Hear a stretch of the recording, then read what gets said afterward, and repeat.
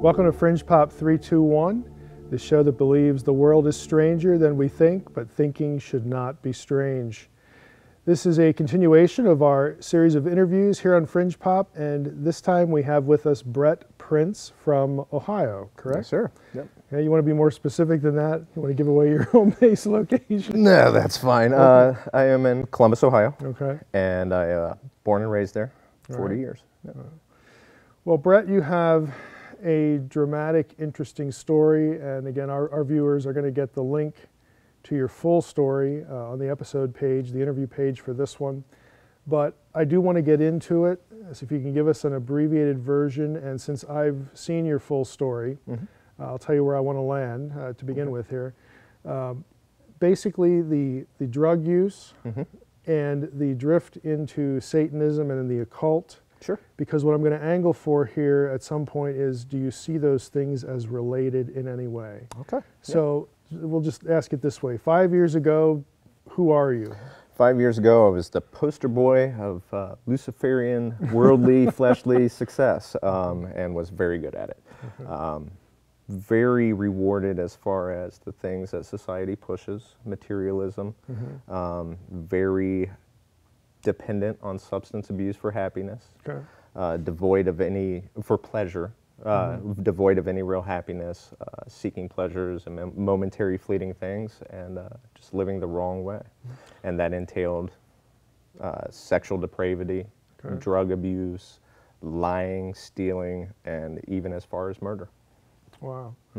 So would you consider yourself an addict, or you were just doing it for pleasure? I mean, are those two related? Or because most people listening to this that have, you know, a drug problem in their history, I think they would sort of categorize it as, I couldn't help myself, I was addicted. Sure. So is that you, or were you just sort of recreational, pardon the pun, but on steroids? You're just doing it because you enjoyed it? I'm not so sure there's a mutual exclusivity. Okay. I believe that I was doing it because I enjoyed it. I had the money, I had the means, I was able to do it en masse as much as I wanted it, but I was addicted in the sense that I needed it for happiness. I needed it for self-worth and identification. So it was not something that I think I could have stopped and felt fulfilled. So in that sense, I was addicted. Now, chemically, I don't think that I ever went too far with anything that was hard enough to make it detrimental to the point where it affected my life that way. Yeah. Right. So that's a big part of your story. Again, the longer version on YouTube, of course, your own channel, and we'll make sure that viewers know where to look and where to find you and everything that you're doing now. But as far as, again, the backstory, give us a little bit of a history as to, you mentioned you were the poster boy for Luciferian life.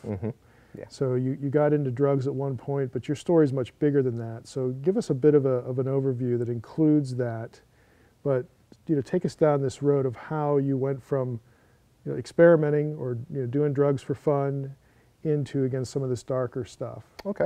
Well, essentially I was born into a pretty conventional, standard conservative household. My mother was a Christian. She instilled those values in us when we were young. Never forced us to really go to church from the time we were able to say we didn't want to go. If we didn't want to go, we didn't. My brother opted out early. I kept going until I was 12. At 12, I decided to go ahead and give my life over to Jesus. Got baptized, and immediately afterwards came the lifestyle of the drugs and sex. And that just led way to a whole package deal of, just living wildly. And essentially the drugs and the sex and the, I don't want to say rock and roll, because rock and roll itself is not inherently bad, but that lifestyle that is implicated by that term, that is the Satanism and Luciferian. It's not identified that way, but that is absolutely the earth system that is detrimental to a person. So you're not identifying that as some sort of a gateway, it's just part of this bigger whole.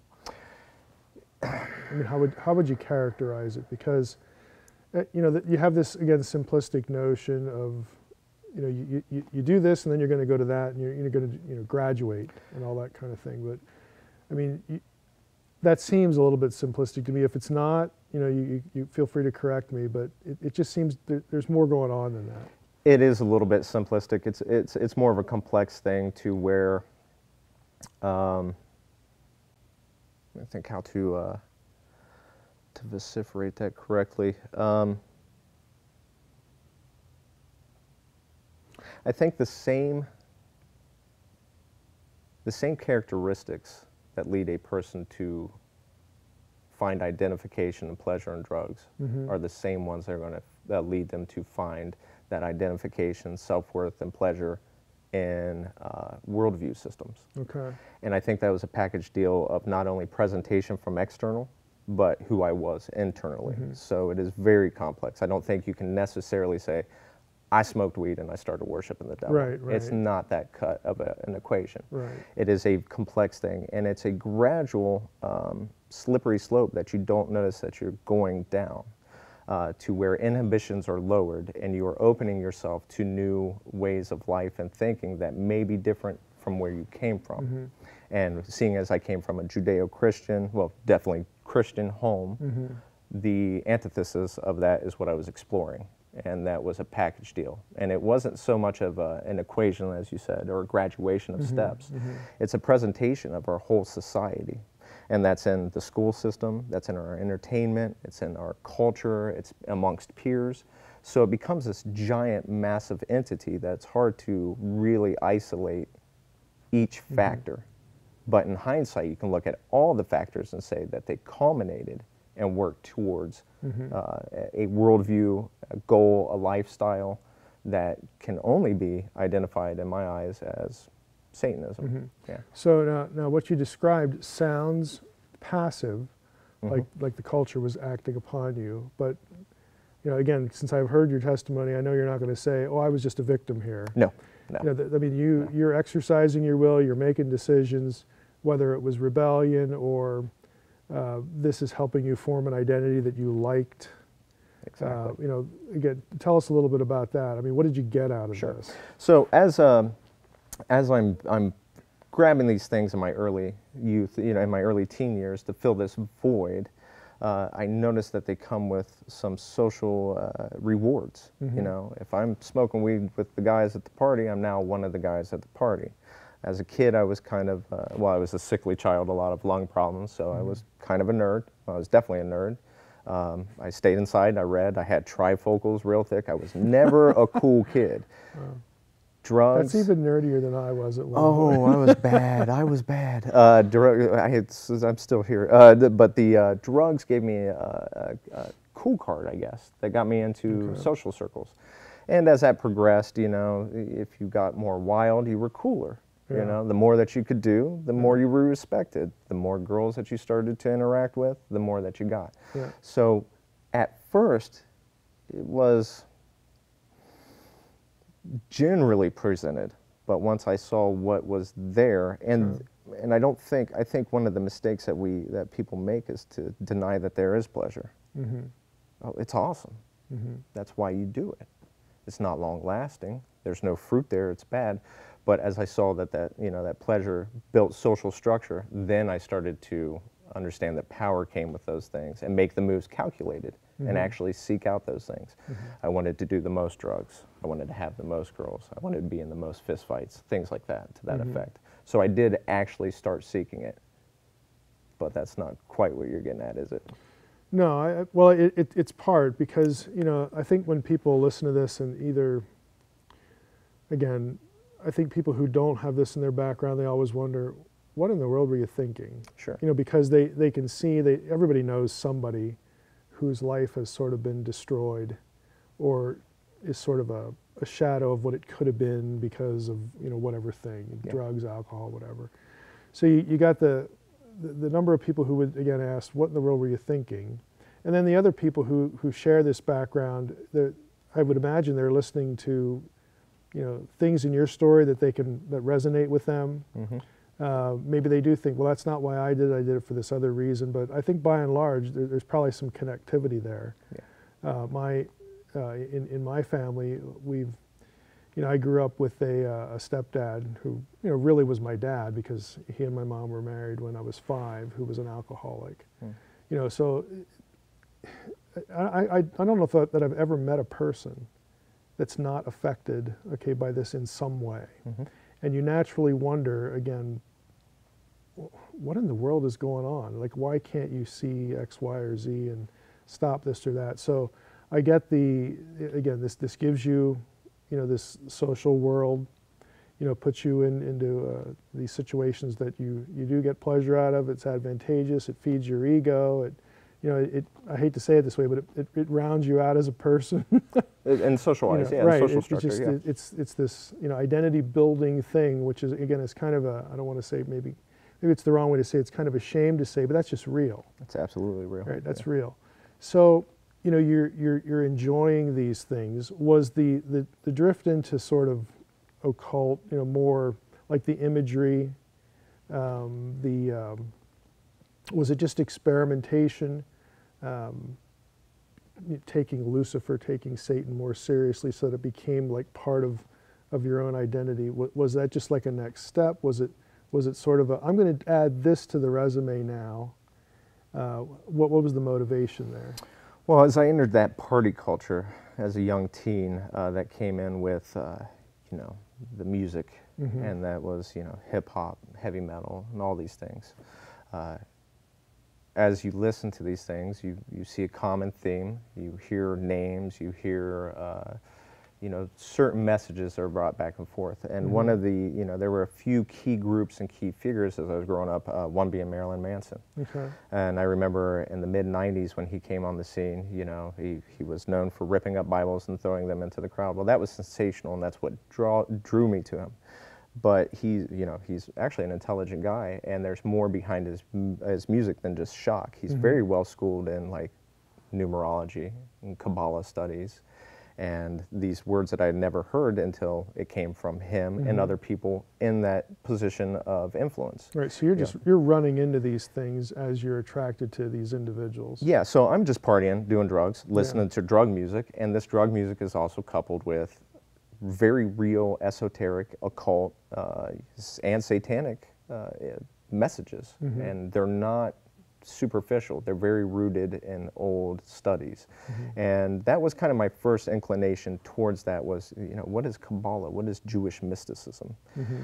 And that led to, slowly acquiring little tidbits of knowledge here and there throughout my teens, to where I kind of got this impression that, the world that I grew up in, which was the Christian Western world, Mm-hmm. had been kind of, weaponized as a power trip, and that the true religion was out in these esoteric and regional and earth religions. Did you get the impression that like Christianity had historically suppressed these things, and so this must be the truth? Is that what you're saying? Suppressed them. When you say weaponized, that's what pops into my head. Weaponized in the sense as it's looked at as a very bigoted belief system that keeps people from their pleasures just for the Okay. sake of being mean. Okay. That's the impression I had Okay. from it, and that's what it was presented. And without reading it myself, I just accepted those messages. Mm-hmm. So I said, I see, okay, these people are successful. They say this is not good and this works. So then I start seeing like the masonry things, all-seeing eyes. It's in all music. It's in pop. It's in hip-hop and all that. So that's where, that idolizing those figures and seeing what they were into and researching them as people and their interest is what got me into their interests. Do you think a lot of these pop icons are really into this stuff, like intentionally, or do they use the imagery to draw attention to themselves? I believe half and half. Okay. I believe some of them are very aware and seeking the power and okay with that world. Personally, that's where I was. Then I think there are people that are absolutely deceived, don't know what they're buying into, and are absolutely useful idiots, to use the term. A lot of people wearing the symbols and things that they're doing right now have no clue what they're even wearing. So you have those people that are, training ground for some of these pop stars that come up and just lead people into deception. Do some of the pop stars really know what they're doing? No, I would say not. I'd say they're deceived and they're being used as tools and puppets for people that know what they're doing. But I think there are people that are educated in it, and they know exactly what they're doing. You put yourself in the group that sounded more sinister. Mm-hmm. Okay, that you were a manipulator, you know, you're out to control. Were you conscious of that, or is that just you looking back? Oh, I was conscious of it. Right. I took a lot of pride in it, and being Okay. able to manipulate and deceive people. Yeah. Yeah. What did your parents think about this? They were sort of passive or neutral about, you know, going to church and letting you make that decision like you described. So they had to think something Mm-hmm. when you begin doing all this other stuff. What was their reaction? I think by the time I actually got into the real deep stuff, the structured, like the Freemasonry, they had kind of been broken at that point, to be honest. They tried to fight off the early stuff, the Misfits, the Danzig, the kind of lower level stuff, but they gave up the battle. And then once that ball got rolling so far, there was really nothing they could say that would stop me. So they just loved me and didn't really address it. I wouldn't have listened. It would have drawn, Yeah. it would have put division. Yeah. Right, it would have created even more conflict. Yeah, and so just- yeah, they were smart. Let's go through sort of a checklist of occult stuff. Okay. And what I'd like to hear from you is what made that thing interesting? Okay. Okay, what made it attractive? So we'll start with Freemasonry. Power, straight power. The symbols that you see on the dollar bill in the streets of Washington, D.C. and spread across the world and over centuries at this point. And the biggest power players from Henry Ford to George Washington to Jay-Z, Right. there's power. So there's a long history behind it. You look at the names that attach themselves to that for whatever reason in their own, you know, history, and it's like there must be something here that will benefit me. Sure. Okay. How about Gnosticism? Didn't really do much for me. Okay. Yeah, that's kind of you're trying to New Age Christianity, get out of here. Theosophy? No, I like that. Okay. Yeah, that What was the appeal there? I felt like it was probably a more socially acceptable form of complete depravity.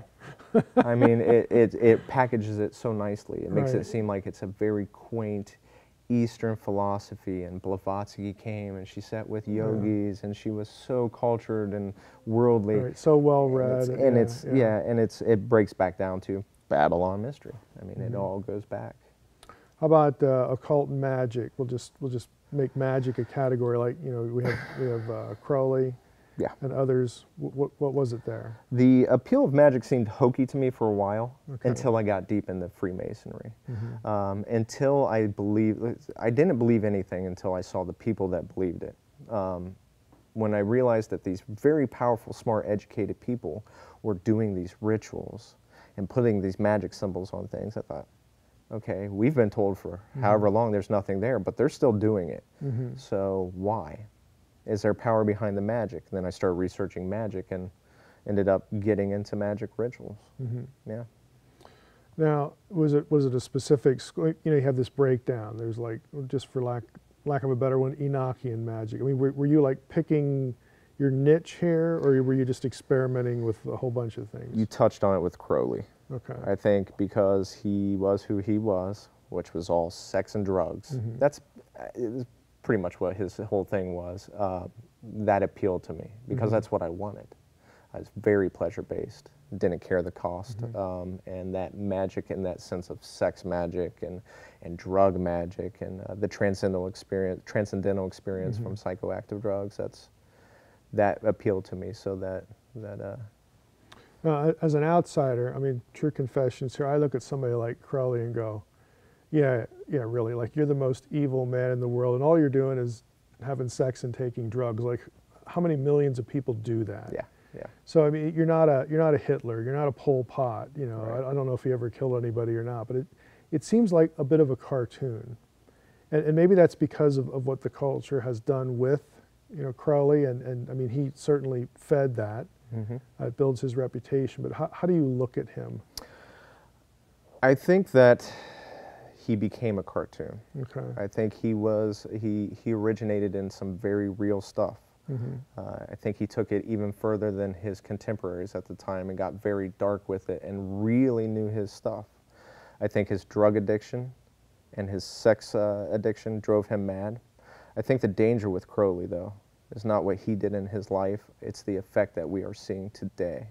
Well, Crowley's, how people imitate him or worship him, I guess, might be a good absolutely. word. Yeah. Crowley's hand is so heavy in our pop culture, a lot of people don't realize it, but once you know who he is, the connections that he made, and see it all trickle down, he was a lot more powerful than I believe a lot of people give him credential for. While we're on him, I imagine you did some research or maybe had some a similar experience. Let's talk about Crowley and Lamb, okay? You know, he meets this entity, or I don't know what the right word, I don't know what word he would use, channeled this entity or was encountering this entity. And if anybody's seen a picture of Lamb, it's sort of suspiciously like, you know, one of these aliens, like a gray alien. Again, like we like to poke fun at here in the studio, you know, over my shoulder here. But that was a big deal for him. Yes. So what do you think of that whole set of experiences, and did you ever, you know, meet something like that as you were sort of, you know, imitating him and trying to do what he was doing? Okay, the first, I'll answer the second one because it's short. No, Okay. I didn't see any Okay. deities. I've never come in contact with a deity. I tried to invoke them, never seen one like he claims to. The idea of the lamb looking like an alien, it seems kind of funny, seems kind of cartoonish. I believe he also claimed to have met a Qurans and several deities. I don't think we should take things that people say so lightly. I think we look back through history and we make the mistake of thinking that we're the smartest, most in tune culture that there ever was, and we totally dismiss anything that's not within our cultural script. But when people say that they interact with these things, I don't think we should be so dismissive. And I think we not only do that with individuals like Crowley, we do that with complete cultures, and we deny what their firsthand account is. And I think that's dangerous. If he said that, and he acted the way that he did, there's a chance that he could be sensationalizing that, absolutely.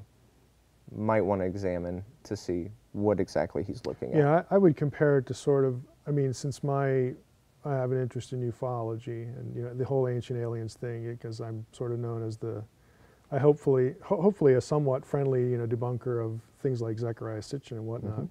But that world sort of takes you into this world of the people who claim, you know, alien abduction.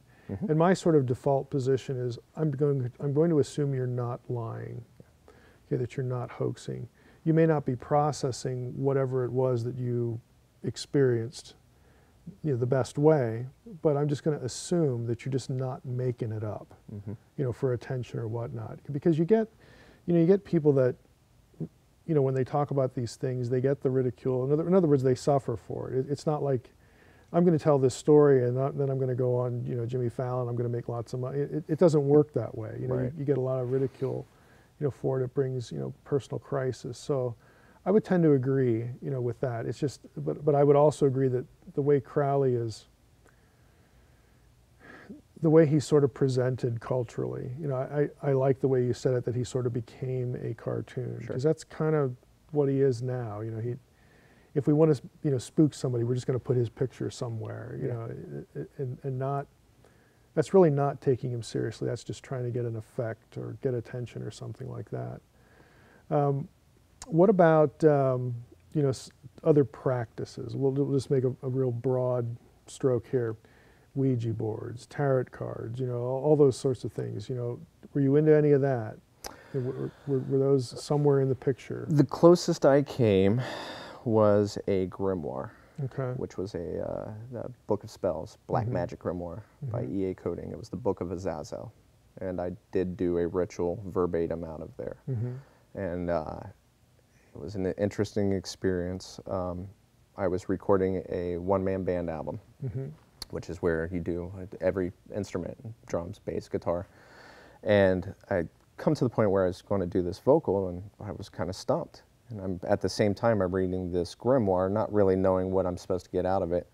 And he's talking about how you can become a god, or you can invoke spirits, demons, D-A-E-M-O-N, which they say they're nice, they're good little guys. Just invite them in, and they'll help you do with whatever you want. And there's one that's specifically in that book about the arts. So I read the ritual, did it. I actually happened to be living in an Oddfellows temple at the time, which is an esoteric thing. Went down into the basement and put out the transmutation circle, did the ritual and everything. Did it, didn't feel anything, didn't see anything. But immediately after, I really did have the inspiration to record these vocals. I mean, I walked from that spot over to that spot and recorded it. And it was the entire album was 5 songs. It all had vocals, not one word that I knew what I said or planned.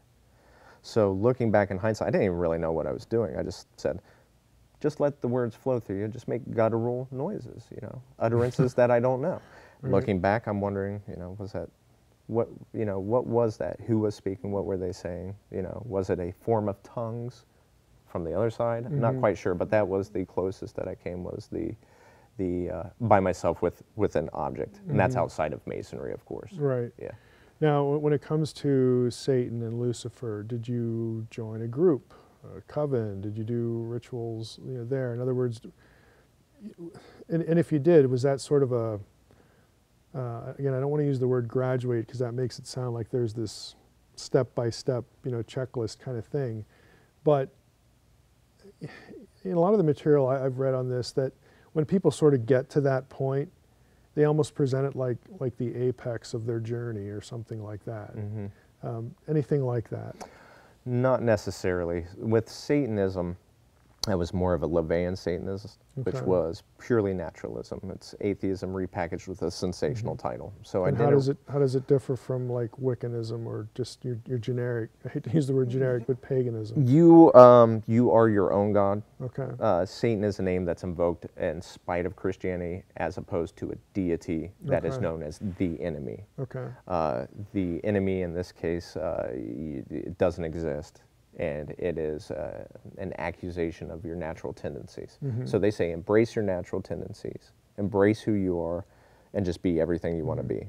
Go with your instincts, as long as you don't mess with anyone. There's that Crowley, and again. That's LaVey. Okay. Well, he had this, you know, Crowley had this thing about do what you will. Do what thou wilt. Yeah, I got that tattoo there. Yeah. So is that similar or different, or what? Well, 2 peas in the same pot. Absolutely. LaVey stole everything from Nietzsche and Crowley, so that was where he got that. So at that point, I wasn't necessarily into a good side or a bad side. Just kind of thought we were in a neutral universe, and that I was just going to do carnally what I wanted because it didn't matter. As I progressed and saw that the powers that be, the very powerful players in the world, did believe in more, I started entertaining it.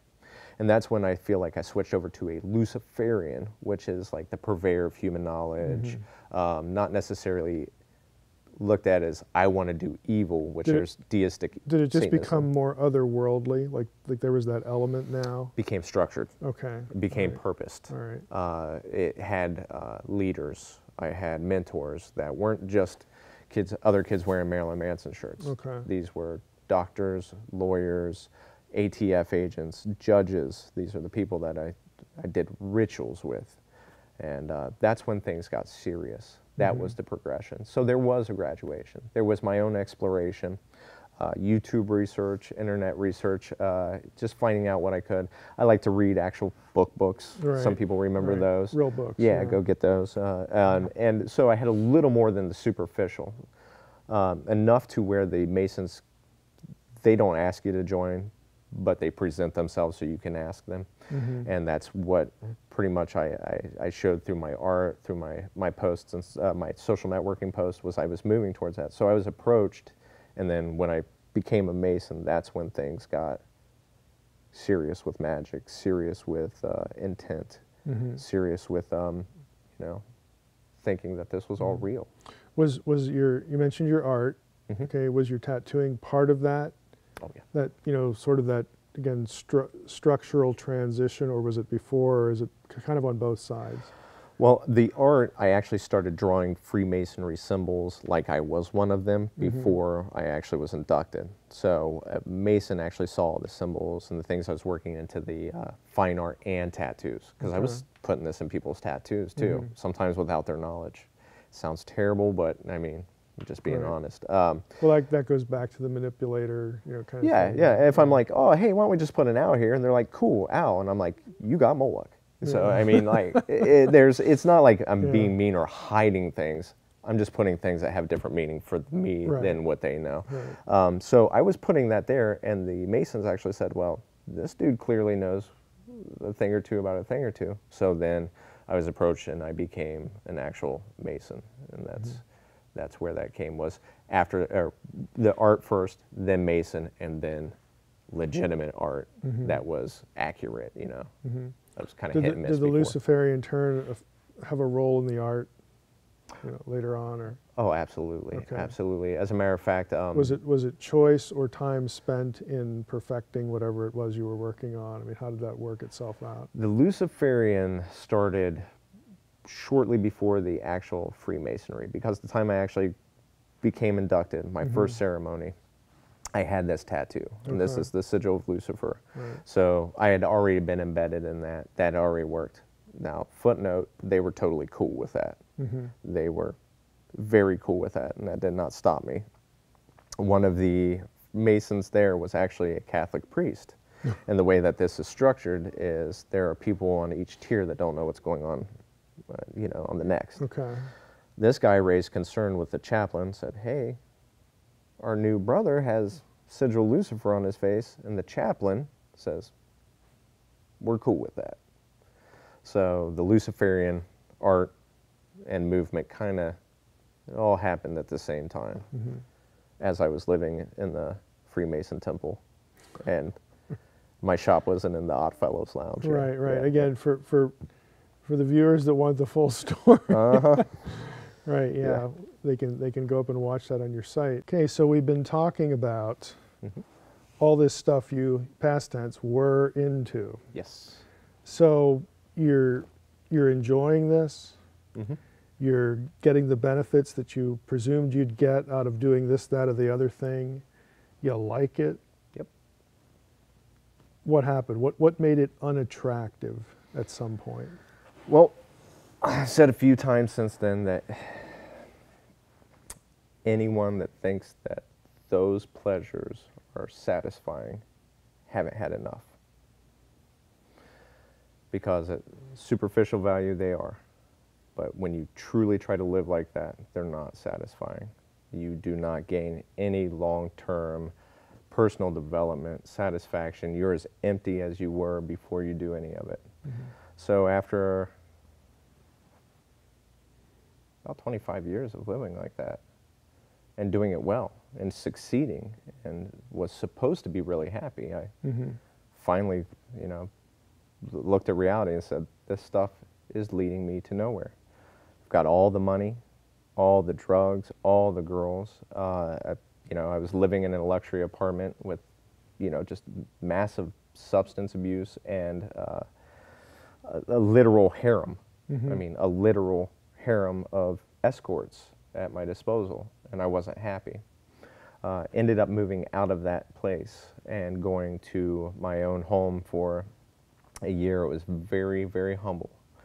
And during that year, I reflected back on all the successes and the emptiness that was there, and reevaluated things. I said, I'm going to try stuff a little differently.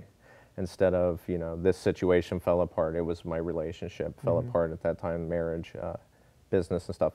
Instead of going further into this life, which I still had the option to do, it was all right there. I said, I'm going to hit the brakes on this and try something else. When you say empty, is it just like a lack of meaning?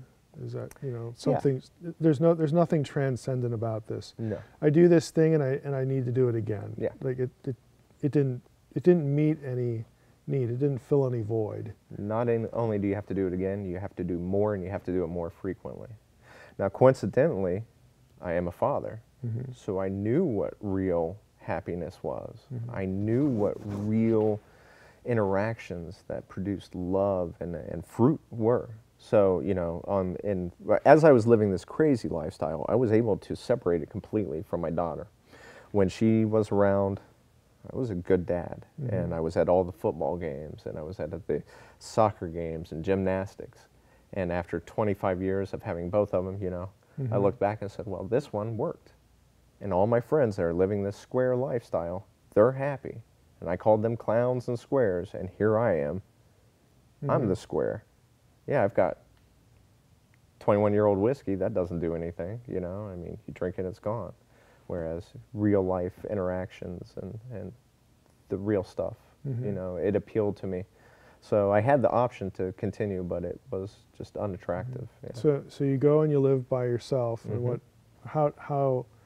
what was the role of that in your transition and where you eventually came to? I like to say I was put in a narrow place so that I can examine things. All the glitz and glamour were gone, so I was left with my thoughts, and I decided to start looking into more spiritual things. So I started back down the esoteric route of you know, looking through all that. Again, I'm like, these are quaint, these are lovely poems. Some of them are beautiful in imagery and mythology, but I can't look at the world around me and see that this is real. So through this pursuit, I was still doing YouTube videos and stuff. And one night, I remember I was bored, and I said, I'm going to watch a debate. And I got a little dram of whiskey, and I sat down, and it was David Berlinski and Christopher Hitchens. And I was like, oh, Christopher Hitchens, I wish I could clink glasses. You know, I know your breath probably smells like mine. Let's destroy this God boy. And at the end of it, I remember sitting there like, he just ate his lunch. who's this David Berlin? Like, what? There is a God. Right. What just happened? Yeah. And that led me down. I think the next video underneath that was astrophysicist finds scientific theory or method in Genesis, and it was Hugh Ross, and then Ravi Zacharias. So my effort just to laugh and scoff ended up blowing up in my face, and it left me questioning what I had believed until that point. So then I decided to look into Christianity. And did you have any, like, oh, this is what my mom was about, or my mom and dad were about? Did that hold you back at all, or? Oh yeah, I was gonna say, yeah, I had that decades ago, so that was why I was like, nope. And also, you know, being part of that culture, it was everywhere, so I never really, that was the last option to look at for some reason. I thought for some reason maybe the societal guilt or something. I was like, our way can't be right. The East seems more quaint, you know, so I went with that, and then Christianity was the last. So what, describe for us, you know, your transition now. You're looking into, you know, real, you know, theism, Christianity. What, fill in the gaps for us? What happened? Still checking out like the Hermetica, things like that. And after the Berlinski thing, I started kind of looking at what parts were valid, like, you know, really searching out explanations for difficult things. And this was the summer of 2016 when this happened. I would say around August when the debate happened. And through the fall, I kept looking and looking at stuff, and as each thing, I was like, well, this can't. I found the loophole here, and I'll go find it. You know, Jesus could not have ascended. No one of reputable source would say that. Okay, Luke's a doctor. Okay, and he's a historian. Okay. So as I encountered this information, my brain knew without a doubt that this was accurate, verifiable, and historically, you know, checkable, testable. So it took a minute for my heart to catch up, and that part wasn't so glamorous or as fun as, you know, philosophers and great debates. On December 31st, I was sitting in my house, and you know, Christmas had passed. I already heard all the Jesus I wanted to hear. It was weighing on me anyways. I was kind of mad that it was in my face because I knew it was the truth and I didn't want to deal with it. And I admit that entailed admitting I was wrong for decades and changing my life. So I kept denying it, and one day it was on the TV. Shouldn't have been there, so I turned it off. I grabbed a Brief History of Time, and I'm like, just flip it open because I'd read the book. I just wanted to touch base. I actually ended up on the part where it's the creation argument, if God started the world with rules or if he intervenes, you know, going through some of the entertainment there. Man, there's God again. So I opened up a magazine. There's Jesus again. So I said, all right, I'm going to Facebook. And this was literally like everywhere. It was making me Everything mad. you turned on. And I put it on Facebook, and I was like, all right, flipping through there, and I saw Shawn Michaels, the Heartbreak Kid. He's a wrestler, real bad dude at the time, known for his drug addiction, his womanizing, and pretty much everything I was all about. And I thought, gotcha, Jesus. You will not be here. and opened it up, and it was his testimony.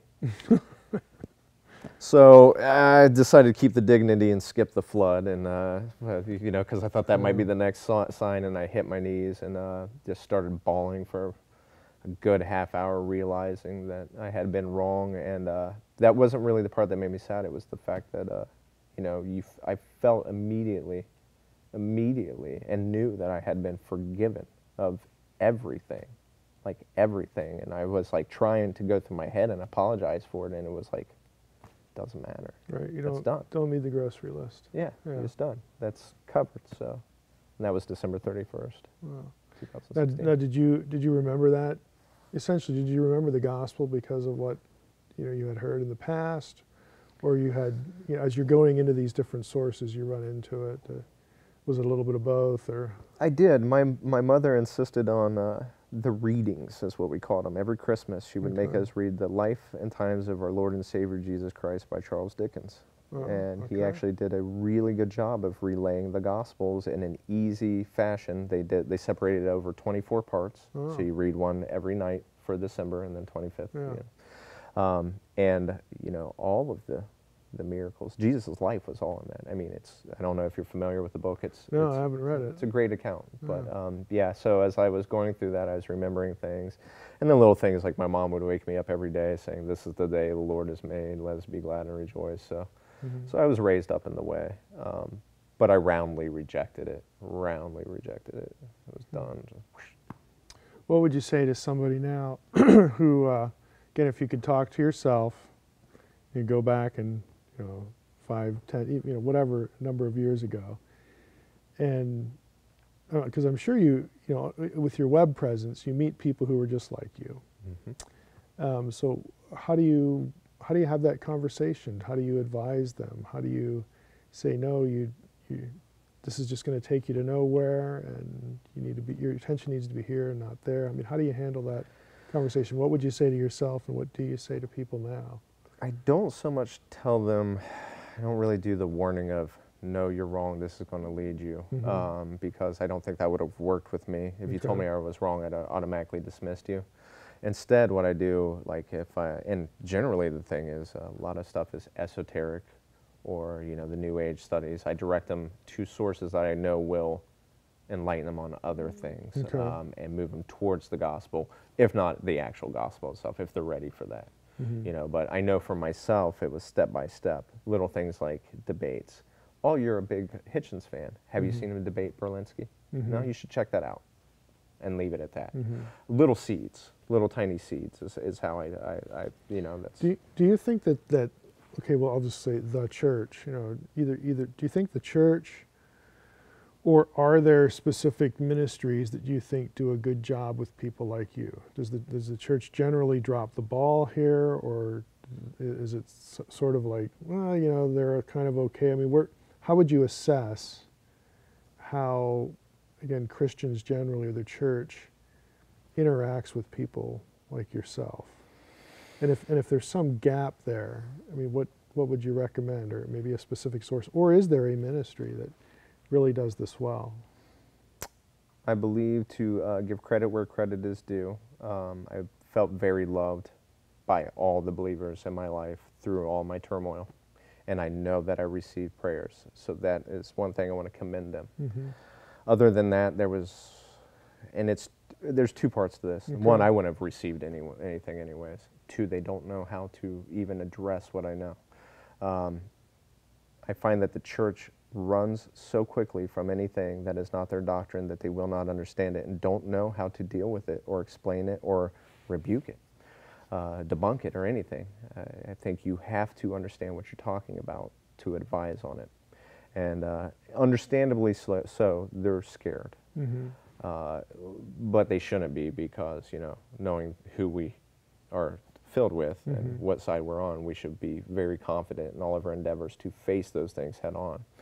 I think there's not much ministry for it. There are a few people out there that have converted, from that extreme to this, but it's definitely the exception.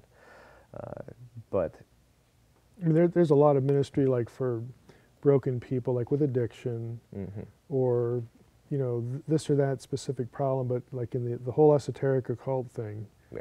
again, again, this is just my perception as an outsider in terms of experience, and sort of, you know, somebody who, you know, I'm interested in this material, and I you know, try to interact with it myself, but it seems like it just really freaks people out. Mm-hmm. And you know, they might be willing to hear you talk about it as a Christian. Yeah. But that's a whole lot different than sitting down with somebody who's into this, Mm-hmm. and either, again, knowing what to say or just not getting freaked out. Yeah. So, I mean, how do you, now you have, tell us what you're doing now, because you obviously are trying to fill the void here a little bit. Mm-hmm. How do you approach this now in terms of ministry, an online presence, or what is it that you're doing? Me personally, I have a YouTube channel and a website in conjunction with it called The Good Ground Ministry. Okay. The website is thegoodgroundministry.com, and what I'm doing is just little short videos, no theme to anything, just little pieces of information that I encountered on the way, because that's what led me to faith. Mm-hmm. I gave the analogy that you know, the path that's laid by, or that's formed by laying one stone at a time. And they're not all the same, they're not all related, but at the end you have a path. Mm-hmm. And that's essentially what I'm doing. And I'm putting each little, you know, piece that I know, and then the truth with it, you know, the deception that I am aware of, and then the truth with it. And just, you know, have fun little entertaining videos without, you know, with staying away from dumbing down Christianity or watering it down or presenting it in a new hip fashion. Mm-hmm. It's just, you know, I'm giving little anecdotal things to help people realize that what they're being fed isn't completely accurate or even educated. Mm-hmm. So. Wow. So give your site and your channel out one more time. It's The Good Ground Ministry. Okay. And the website is thegoodgroundministry.com. Okay. Yeah. Is there anything new that's like on the horizon that you're planning to do, or is it just sort of expanding on that? Always. I've got. Can you say anything? Don't give away the store if you don't want to. Not really anything that's completed to. I've got a lot of concepts, a lot of ideas, inspiration. What I'm doing right now, as a young Christian, I'm at a crux. Okay. I've been given this platform of 6,000 followers at this point, which is a lot for me. And to be I'll be very candid, I feel like the platform that I have exceeds my development as a Christian. Mm-hmm. So what I'm doing right now is trying to balance that and not step too far away from where I should be, but still use the platform and provide information to keep people, you know, like, just be very honest with who I am, where I'm at, and the information that I'm providing. Well, chances are that'll actually attract people, because you can file that under just being authentic. Yeah. You know, and that's a big deal. Yeah, and so right now the plans, I'm just kind of praying and letting God lead me where they are, jumping on opportunities like this to get out and share, not denying anything that I feel the Spirit is leading me to do that will produce fruit, and you know, just trying to buckle down. I don't have a plan, but I don't think you need that. I often say that too, yeah, and I don't worry too much about it. No, my plan is to follow the Spirit, and since I have been doing that, a lot better than the previous 40 years. I've really improved, so yeah. Well, thanks for taking the time to come here and talk with us and share your story and what you're doing, and just the, you know, the transition, really the testimony you know, that you have, and your willingness to not, you know, sort of keep regretting everything, but, you know, really having a grasp on the gospel, and then, you know, knowing that it's a platform now. You know, it's redeemed. It's both redeemed in past tense, and it can be redemptive in the future too. God is good. Yeah, thanks. God is good. Thank you. It's a pleasure. Yeah. Thanks. Thanks for watching Fringe Pop 321. Please come back and watch more of our interview series, and of course our episodes. And don't forget to visit our website for more information about our guest and everything we do here, because what you know may not be so.